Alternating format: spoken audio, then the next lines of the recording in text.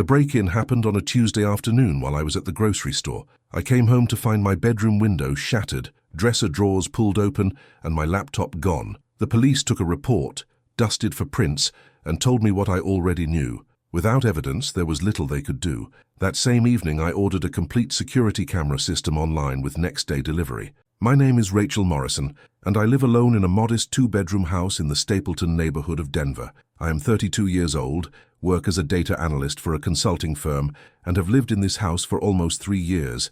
It was the first home I bought after my divorce from Marcus, and despite the break-in, I loved the neighborhood. Tree-lined streets, friendly neighbors, and a park just 2 blocks away where I ran every morning. The security system arrived the next day. It included 4 cameras, one for the front door, one for the back door, one covering the living room, and one for the hallway leading to the bedrooms. I spent Thursday evening installing them, following the instructions carefully. By 9 o'clock that night, everything was connected to my phone and recording to a cloud server.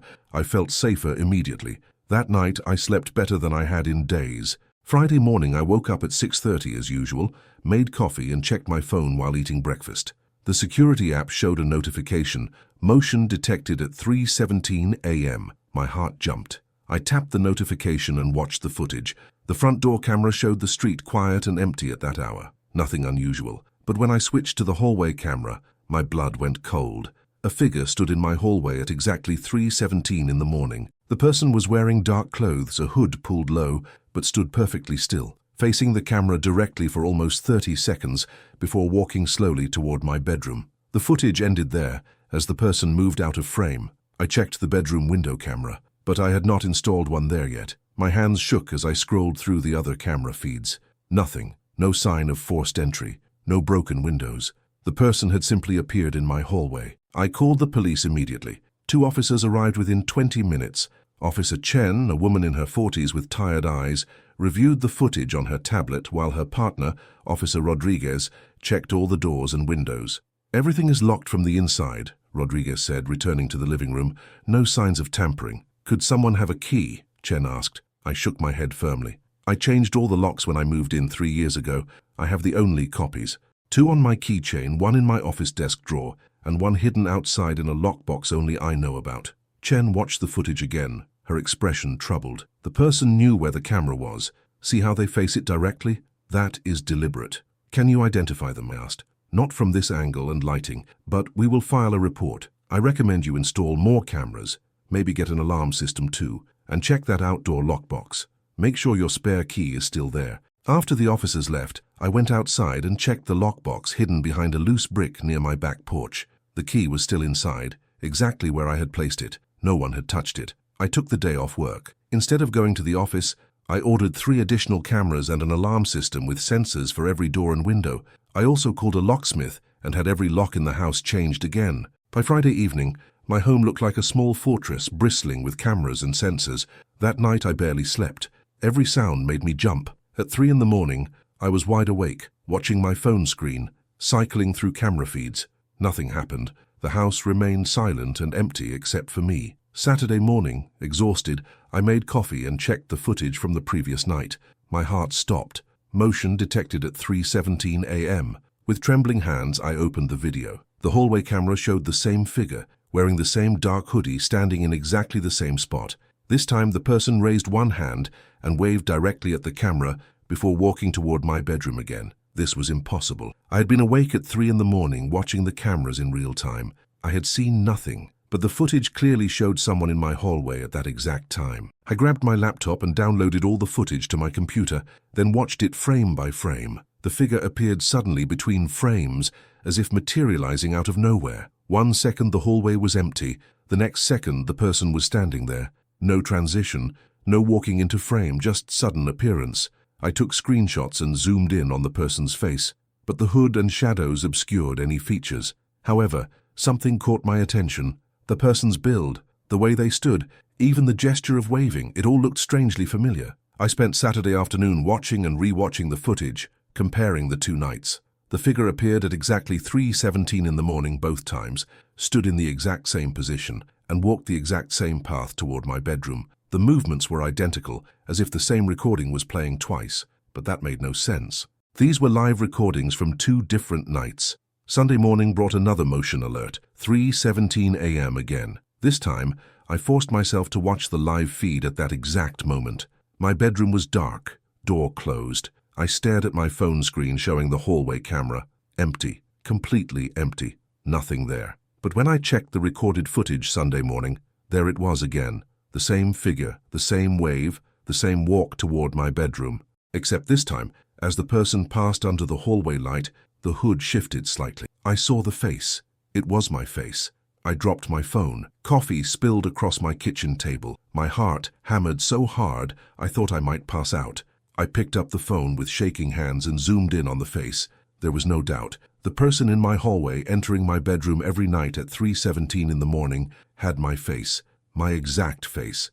I grabbed my car keys and drove straight to my best friend Sarah's apartment across town. Sarah Chen, no relation to Officer Chen, had been my friend since college. She worked in cybersecurity and was one of the smartest people I knew. If anyone could explain this, it was her. Sarah made tea while I showed her the footage on my laptop. She watched silently, her expression growing more serious with each replay. "This is not a technical glitch," she finally said. "The person is really there, physically there. See the shadows, the way the light catches their clothes? That is not edited footage or a hologram. But Sarah, that is my face. How is that possible?" Sarah looked at me with an expression I had never seen before, genuine fear. "Rachel, I need to ask you something, and I need you to think very carefully before answering. Have you ever donated DNA, ancestry test, medical research, anything like that?" "No, never." "Why?" "Because there are only a few explanations for someone having your exact face, and most of them are not good." She paused, choosing her words carefully. "Rachel, do you know anything about your birth? Were you adopted? Any family history you might not know about?" The question hit me like cold water. I was adopted when I was 3 days old. I never knew my birth parents. My adoptive parents, Mom and Dad, they died in a car accident 5 years ago. Why? Sarah's face went pale. "Rachel, I think you might have a twin, an identical twin sister." The word twin hung in the air between us like smoke. I stared at Sarah, waiting for her to laugh, to tell me this was some kind of joke, but her expression remained deadly serious. "That is impossible," I finally said. "Someone would have told me, my parents would have told me." Sarah shook her head slowly. "Not necessarily. Twin adoptions are sometimes split. It happened more often in the 70s and 80s. Agencies thought it was better for twins to grow up in separate families, to develop their own identities. It sounds cruel now, but it was common practice back then." I felt dizzy. The kitchen seemed to tilt. "I was born in 1993. That was still happening then." "Less common, but yes, it still happened." "Rachel, when were you born? What hospital?" "March 15th, 1993. St. Joseph Hospital in... I actually do not know. My adoption records are sealed." "My parents never told me the city." Sarah opened her laptop and started typing rapidly. "Okay, here is what we are going to do. First, we request your original birth certificate. In Colorado, adopted adults can request their records once they turn 21. You should have access. Second, we look into that security footage more carefully. If this person really is your twin, she has been coming into your house for at least 3 nights, maybe longer, before you installed cameras." The thought made my skin crawl. Why would she do that? Why not just contact me? Why sneak into my house in the middle of the night? I do not know, but people do not behave this way unless they have a reason, usually not a good reason. Sarah pulled up a form on her computer. "We can submit this request online. It takes about 6 weeks normally, but I have a contact in the state records office who might be able to expedite it. In the meantime, we need to figure out what your sister, if that is what she is, wants." Over the next week, I barely left Sarah's apartment. We set up my laptop in her spare bedroom and monitored my house cameras remotely. Every night at exactly 3:17 in the morning, the figure appeared, always the same routine: appear in the hallway, wave at the camera, walk toward the bedroom, disappear. On the 4th night, Sarah had an idea. "What if we set up a camera inside your bedroom, one she does not know about?" "I do not want to go back there," I admitted. "What if she is there during the day, too? What if she has been living in my house?" "Then we need to know that. Rachel, this person knows your routines, has access to your home, and looks exactly like you. That is dangerous. We need more information." The next day, Tuesday, we drove to my house at noon. Sarah brought a small wireless camera, the kind people use for baby monitors. We installed it on my bedroom bookshelf, hidden behind a row of books, aimed at the doorway. The camera connected to Sarah's laptop instead of my phone, a separate system the intruder would not know about. While Sarah set up the camera, I looked around my bedroom with fresh eyes. Nothing seemed disturbed. My bed was made. I always made it before leaving. My clothes hung neatly in the closet. The stack of books on my nightstand sat in the same order. Everything appeared normal. But then I noticed something. My jewelry box sat on the dresser and the lid was slightly open. I always closed it completely. Always. I walked over and opened it fully. Everything was there. My grandmother's pearl necklace, the silver bracelet Marcus gave me for our anniversary, various earrings and rings.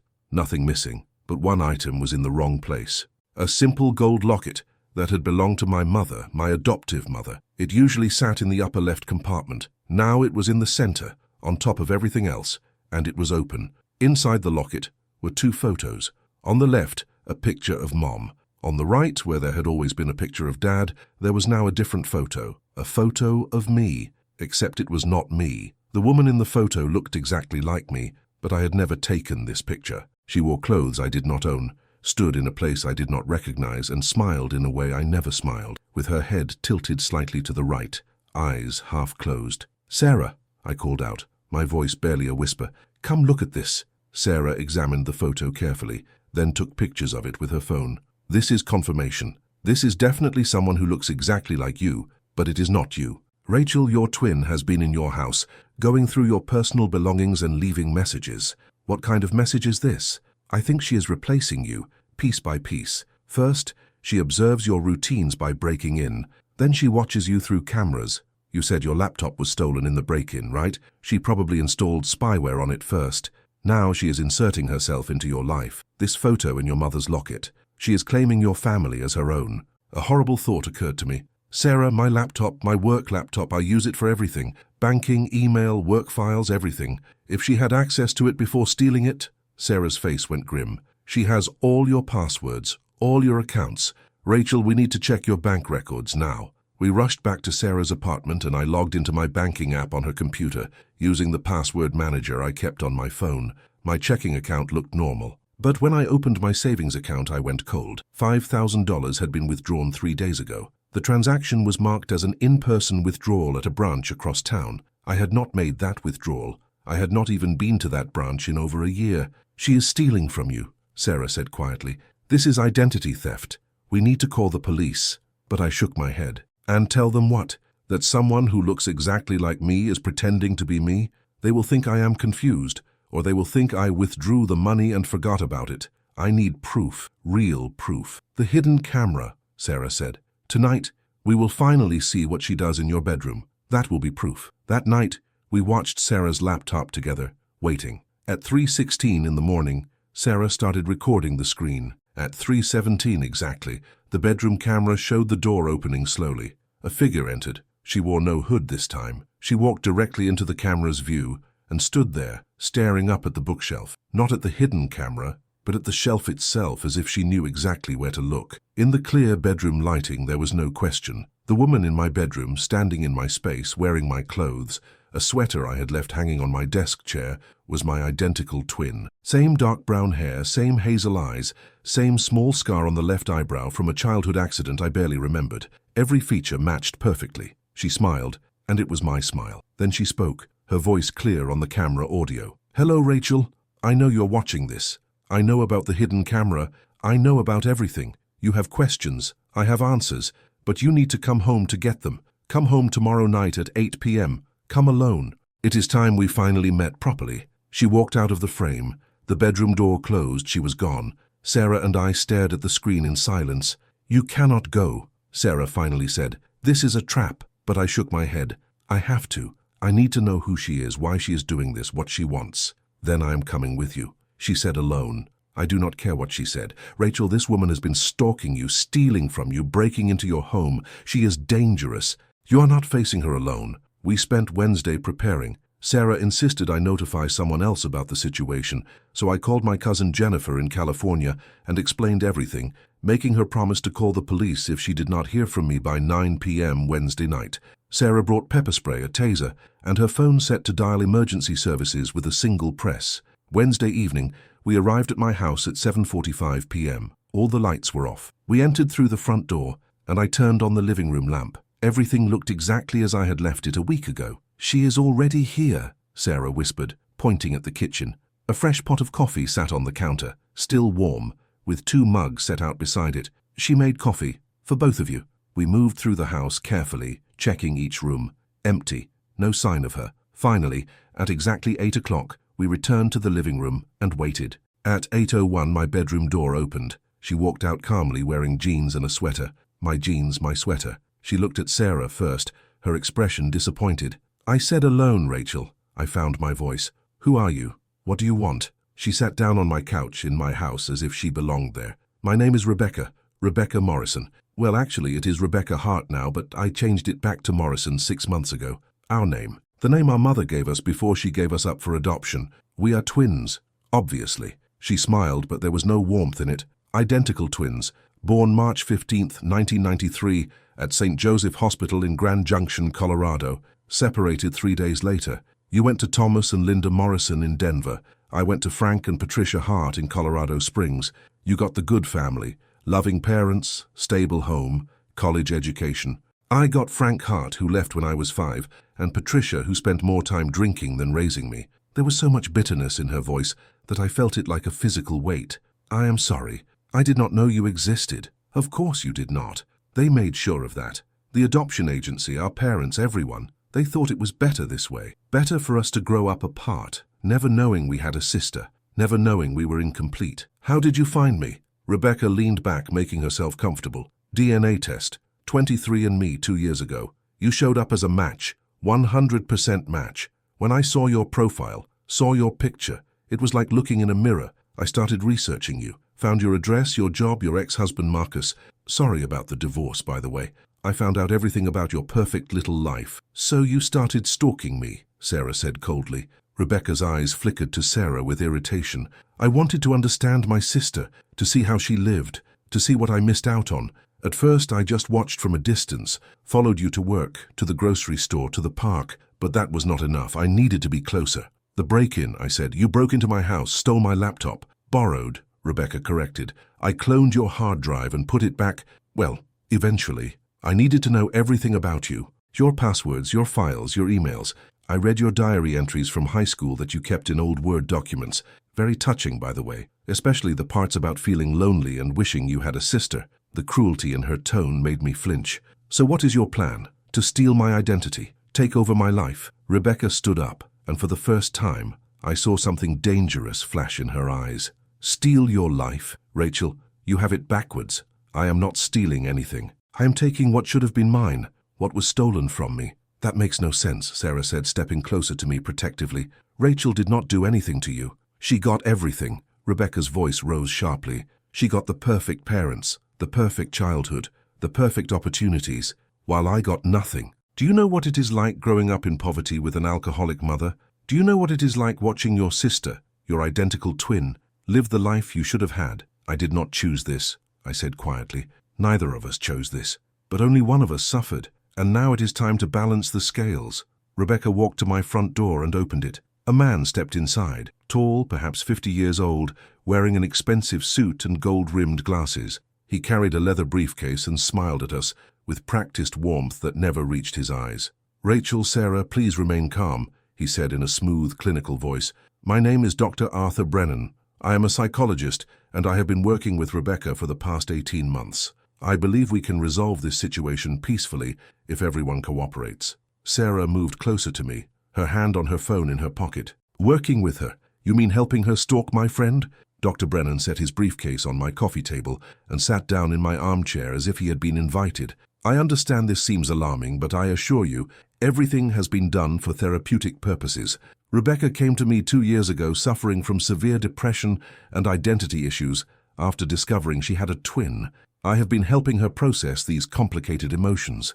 "By breaking into my house?" I demanded. "By stealing my money? By pretending to be me? Those activities are part of her therapeutic process," Brennan said calmly. "Rebecca needed to understand what her life could have been. She needed to experience your world to achieve closure. It is called immersion therapy, a technique I have developed over many years." "That is not therapy," Sarah said sharply. "That is criminal behavior, and you are enabling it." Brennan smiled patiently, the way you would smile at a confused child. "I have been a licensed psychologist for 27 years. I know what I am doing. Rebecca is making remarkable progress. In fact, we are nearly at the completion phase of treatment." Something about his words made my blood run cold. Completion phase? What does that mean? Rebecca sat down next to Brennan, and they exchanged a look that seemed almost rehearsed. It means, I am ready for the final step, she said. The step where I fully integrate into your life, and you step back from it. You want me to be what? Give you my life? I want what is fair, Rebecca said. You have had 32 years of advantages. Now it is my turn. You will leave Denver, start over somewhere else, and I will become Rachel Morrison. I already have your social security number, your bank accounts, your work credentials.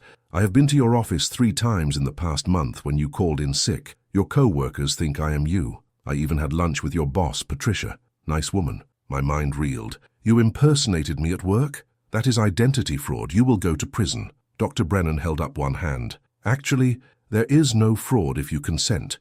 If you willingly transfer your identity to your identical twin sister, no laws are broken. It is simply a private family arrangement. You could think of it as an extended identity swap, something twins have done informally for generations. Except I do not consent, I said firmly. Brennan's smile faded slightly. That would be unfortunate. You see, Rebecca has come to depend on this arrangement emotionally. Rejecting her now could trigger a severe psychological crisis. I cannot in good conscience allow that to happen to my patient. Then your patient needs to be in a hospital, not in my house, Sarah said, pulling out her phone. I am calling the police right now. Rebecca moved fast, faster than I expected. She grabbed Sarah's wrist before she could dial, twisting it sharply. The phone clattered to the floor. Sarah cried out in pain and I lunged forward, but Brennan stood between us, his hand raised. Please, everyone stay calm. Violence will not solve anything. His voice remained eerily level, as if Sarah's obvious pain meant nothing. Rebecca, release her. Rebecca let go and Sarah stumbled backward, cradling her wrist. I helped her to the couch, my heart racing. This was spiraling out of control. Here is what is going to happen, Brennan said, sitting back down and opening his briefcase. He pulled out a folder thick with documents. Rachel, you are going to sign these papers. They transfer your bank accounts into Rebecca's name, authorize her to use your credentials, and grant her power of attorney over your affairs. In exchange, you will receive $50,000, the equivalent of 1 year's salary, and you will relocate to a city of your choosing. Rebecca will assume your identity here in Denver. After 1 year, if you have successfully established yourself elsewhere, we can revisit the arrangement. I stared at him in disbelief. You actually think I will sign those papers? I think you will consider the alternative, Brennan said quietly, and something in his tone made my blood freeze. Rebecca has been very patient, but her patience has limits. If you refuse to cooperate, she will be forced to take more direct action, actions that might be regrettable. Are you threatening me? I asked, my voice shaking. I'm explaining the situation clearly. Rebecca has invested 18 months into this process. She has studied every aspect of your life. She knows your routines, your passwords, your vulnerabilities. She has access to your home, your workplace, your accounts. She is prepared to move forward with or without your consent. With your consent, this can be clean and peaceful. Without it, he trailed off meaningfully. Sarah spoke up, her voice tight with pain. This is not reasonable. You are both disturbed. Rachel, do not sign anything. Rebecca stood and walked to the window, looking out at the dark street. You do not understand, Sarah. This is not about being disturbed. This is about justice. Rachel had everything handed to her while I had nothing. Now I am simply taking what should have been mine from the beginning. If our parents had not been separated, we would have shared everything equally. I'm just correcting that mistake. By stealing her identity? By becoming who I was always meant to be? Rebecca turned to face us. I have already started, you know. At your office, Rachel, they like me better than they like you. Patricia said I seemed more confident lately, more engaged with the team. I fixed that database error you have been ignoring for 3 months. I organized the filing system you have been meaning to sort. I am better at being you than you are. The words stung more than they should have. You had no right. I had every right. We share the same DNA, the same face, the same voice. The only difference between us is luck. You got lucky, I did not. Now I am taking back what luck stole from me. Dr. Brennan cleared his throat. Rachel, I have worked with many patients over the years in similar situations. Identity conflicts, twin separation trauma, adoption trauma. Rebecca's response is actually quite typical for someone who discovered a twin late in life and feels they were disadvantaged. She needs resolution. These papers, he tapped the folder, provide that resolution. You sign, you relocate, you receive financial compensation, and everyone moves forward. It is a reasonable solution. It is blackmail. It is compromise. and I strongly advise you to accept it. Sarah grabbed my hand. Rachel, no, we walk out right now. We go straight to the police station. This is kidnapping, extortion, identity theft. They will arrest both of them. But Rebecca laughed. On what evidence? There has been no offense. I have not stolen anything. I withdrew money from accounts I have legal access to.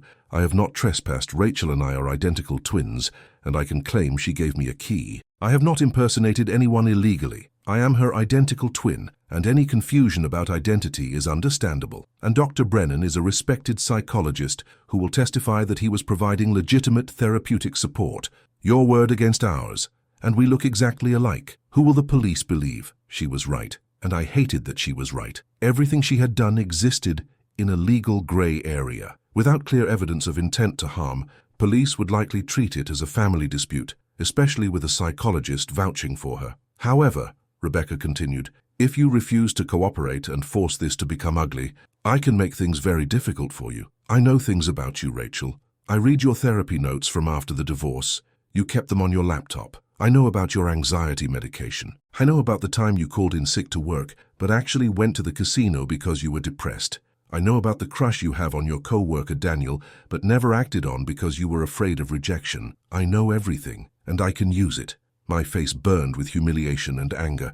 Those were my private thoughts, my private struggles. She had violated every boundary, invaded every corner of my life, and now she held it all against me. Dr. Brennan checked his watch. It is getting late. Rachel, I will give you 24 hours to consider the offer. Sign the papers, take the money, start fresh somewhere else, or refuse, and Rebecca will move forward without your cooperation.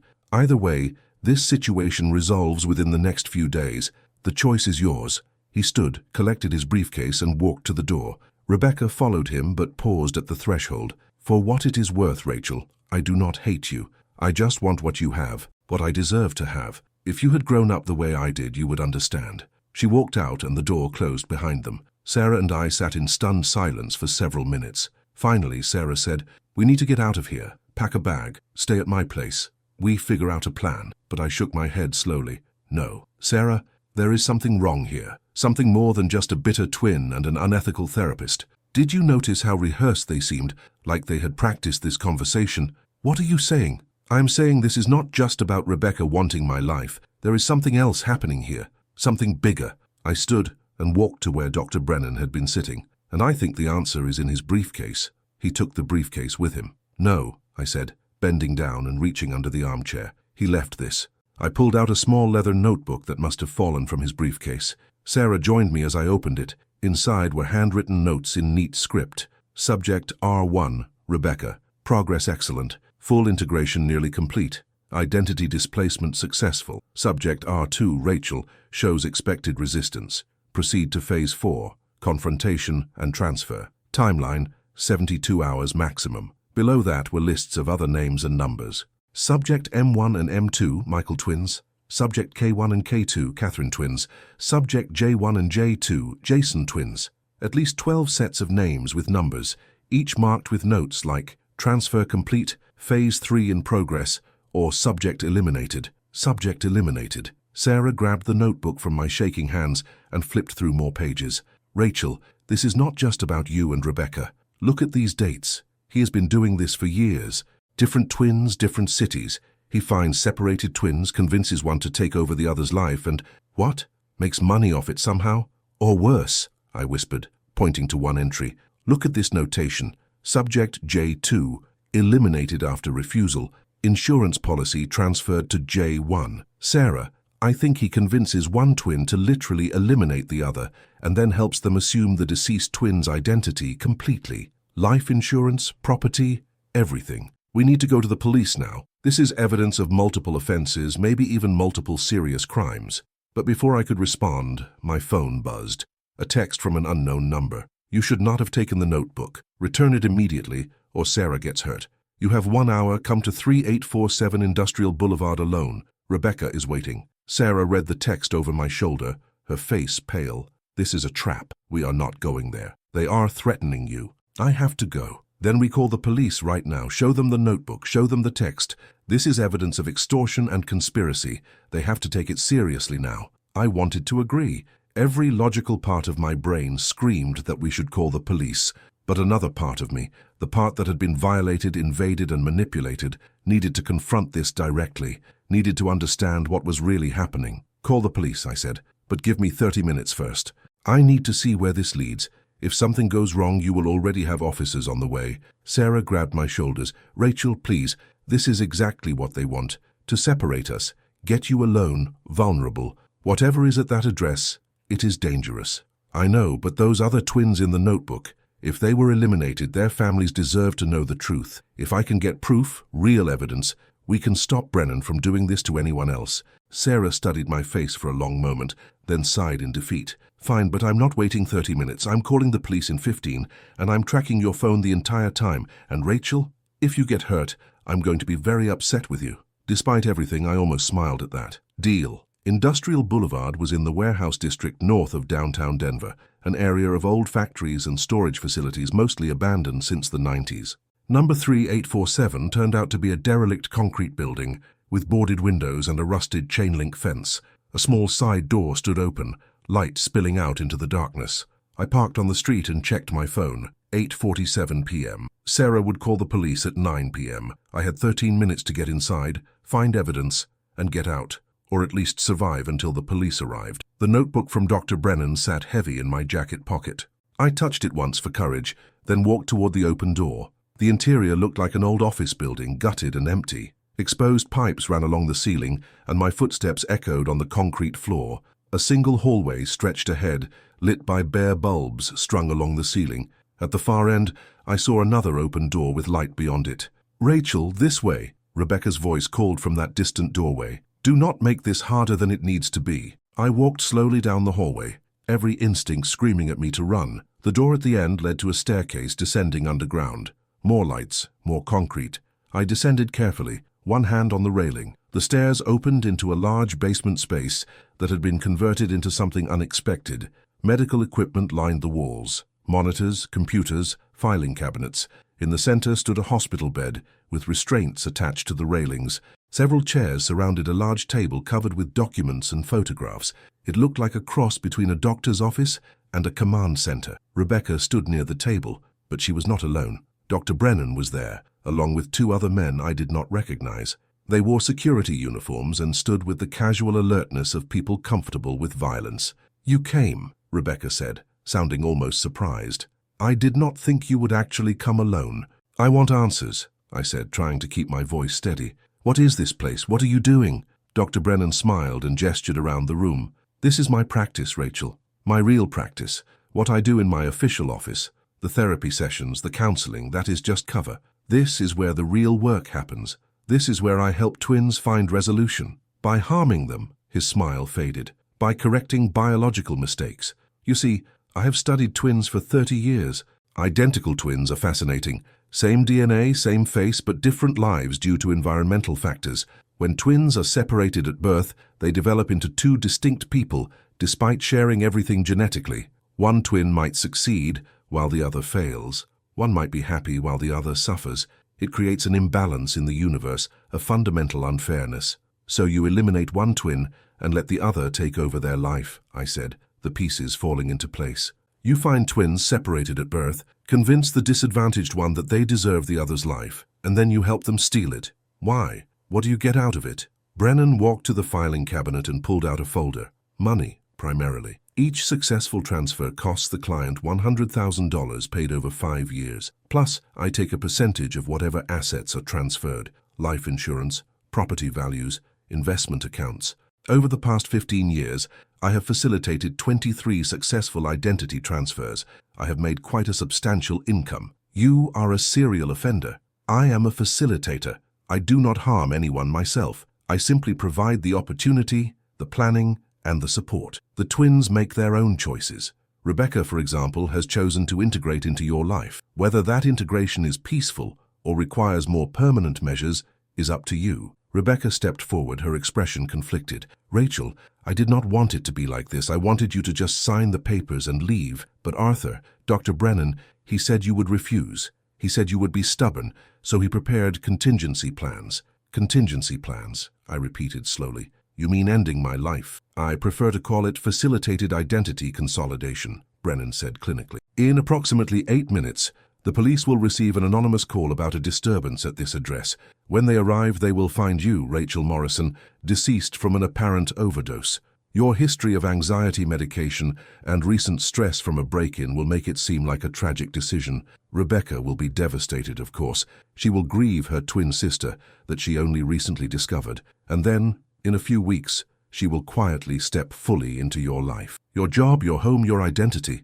No one will question it. Identical twins are interchangeable, after all. The casual way he described ending my life made my stomach turn. You are disturbed. I am pragmatic. You see, I realized years ago that society puts far too much emphasis on individual identity. Why should one twin have everything while another has nothing simply because of adoption lottery? It is fundamentally unjust. I provide justice, balance, and yes, profit, but that is just compensation for my expertise.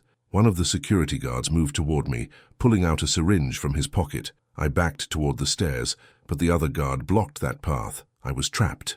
"Rebecca, please," I said desperately. "You do not have to do this. We are sisters. We can work something out that does not involve harming me. I will help you. We can share things, figure out a way forward together. But this, ending my life, that is not going to make you happy. It is just going to make you someone who has committed a terrible act." For a moment, I saw doubt flicker across Rebecca's face, but Brennan placed a hand on her shoulder, squeezing gently. "Rebecca, we have discussed this. Sentiment is the enemy of resolution. You want Rachel's life. The only way to fully have it is for Rachel to no longer exist. That is the truth. That is what you agreed to 6 months ago when we started Phase 3. Do not lose your nerve now." Rebecca's expression hardened. "You are right. I am sorry, Rachel. But you had your chance. You had 32 years of chances. Now it is my turn." The guard with the syringe moved closer. I calculated distances, chances of escape. None looked good, but I was not going to go down without fighting. Then, from somewhere above us, I heard sounds, footsteps, multiple footsteps, voices calling. The police had arrived early. Brennan cursed the first time I had heard him lose his clinical composure. "Impossible. We have 8 more minutes." "Sarah called them 15 minutes ago," I said, relief flooding through me. "I lied about the timeline. They are here now." "Building clear on ground level," a voice called from above. "Checking basement." The 2 security guards looked at Brennan for direction. He grabbed his briefcase and moved toward a door I had not noticed at the back of the room. "Eliminate the evidence, all of it. Now." One guard lunged at me with the syringe. I dodged, grabbed a rolling tray of medical equipment, and shoved it into his path. He stumbled. The other guard went for the filing cabinets, pulling out an armful of folders. Rebecca just stood frozen, staring at the stairs, where we could now hear boots descending. "Police! Anyone down here, make yourself known!" "Here!" I screamed. "I am here! Rachel Morrison, I am the victim!" Officers flooded into the basement, weapons drawn. Everything happened fast after that. The guards were tackled and restrained. Rebecca put her hands up, tears streaming down her face. Brennan tried to escape through the back door, but found it locked. I would learn later that Sarah had called not just the police, but also given them detailed information about the building layout she found online, and officers had surrounded all exits. Dr. Arthur Brennan was arrested along with Rebecca Hart and both security guards. The basement facility was seized as evidence. The notebook I carried in my pocket, combined with the extensive files in Brennan's cabinets, provided evidence of multiple offenses spanning 15 years.